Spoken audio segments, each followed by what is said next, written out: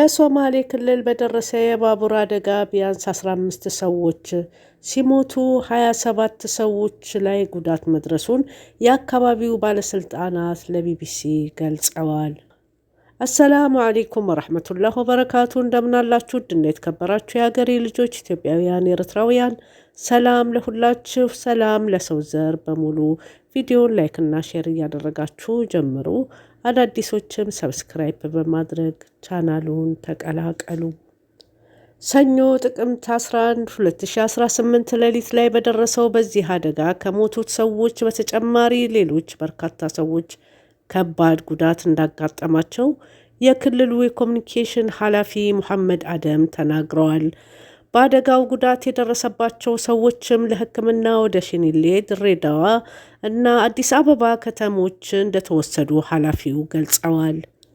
አደጋው ያጋጠመው ለክስተቱ ምክንያት የሆነው ባቡር ለረጅም ጊዜ አገልግሎት የሰጠ መሆኑን የጠቀሱት አቶ መሐመድ፣ ነገር ግን በአደጋው መንስኤ ላይ ምርመራ እየተካሄደ ነው ብለዋል። ከአደጋው መከሰት በኋላ ጉዳት የደረሰባቸው ሰዎች ከተለዩ ባቡሩ ውስጥ የቀረ ሰው ይኖራል በሚል ስጋት የሞቱና ጉዳት የደረሰባቸው ሰዎች ቁጥር ሊጨምር እንደሚችል ሲገለጽ ነበር። ሆኖም አቶ መሐመድ በስፍራው የአደጋ ጊዜ ሰራተኞች መሰማራታቸውንና የቀረ ሰው አለመኖሩን ማረጋገጣቸውን ተናግረዋል። የህዝብና የጭነት ማጓጓዣ በሆነው ባቡሩ ላይ አደጋ የደረሰው ከደወሌ ተነስቶ ወደ ድሬዳዋ እየተጓዘ ባለበት ወቅት ነበር። ይህ በእንዲህ እንዳለ በአደጋው ጉዳት የደረሰባቸውን ሰዎች ቁጥር 29 መድረሱን የሽኒሌ ወረዳ አስተዳዳሪ አቶ ጅብሪል ኡመር ለቢቢሲ ተናግረዋል። አስተዳዳሪው አደጋው የደረሰው ባቡሩ ባጋጠመው የሞተር ችግር ምክንያት ቁልቁለት ቦታ ላይ ከቆሙ ሁለት የባቡር ፉርጎዎች ጋር በመጋጨቱ መሆኑን አስረድተዋል። ለአደጋው መንስኤ የሆነው ባቡር ስኳርና ዱቄት ከጫኑ ሁለት የባቡር ፉርጎዎች ጋር በመጋጨቱ መገልበጡንና በዚህም ሳቢያ በሰው ላይ ከፍተኛ ጉዳት መድረሱን አቶ ጅብሪል ገልጸዋል። በአደጋው ሕይወታቸውን ካጡ ሰዎች መካከል የባቡር ሰራተኛ የሆኑ ሴቶች እንደሚገኙበትም አቶ ጅብሪል አክለዋል።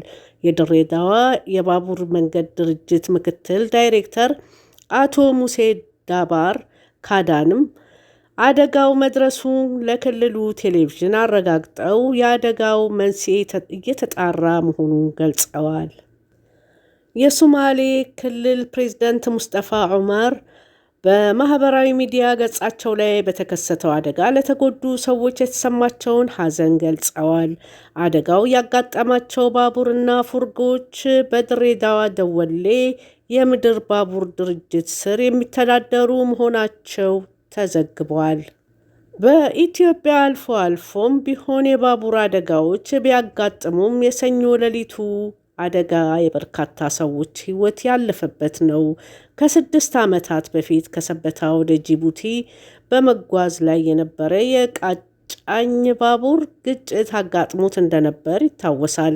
ከሰበታ ወደ ጅቡቲ በማቅናት ላይ የነበረ 17 ፉርጎ የሚጎትት የዕቃ መጫኛ ባቡር ግጭት ደርሶበት የአዲስ አበባ ጅቡቲ የባቡር መንገድ እንቅስቃሴ ለተወሰነ ጊዜ ተቋርጦ ነበር። ለአሁን ያለን መረጃ ይህን ይመስላል። በአዲስ መረጃ እስክንገናኝ መልካም ቆይታ።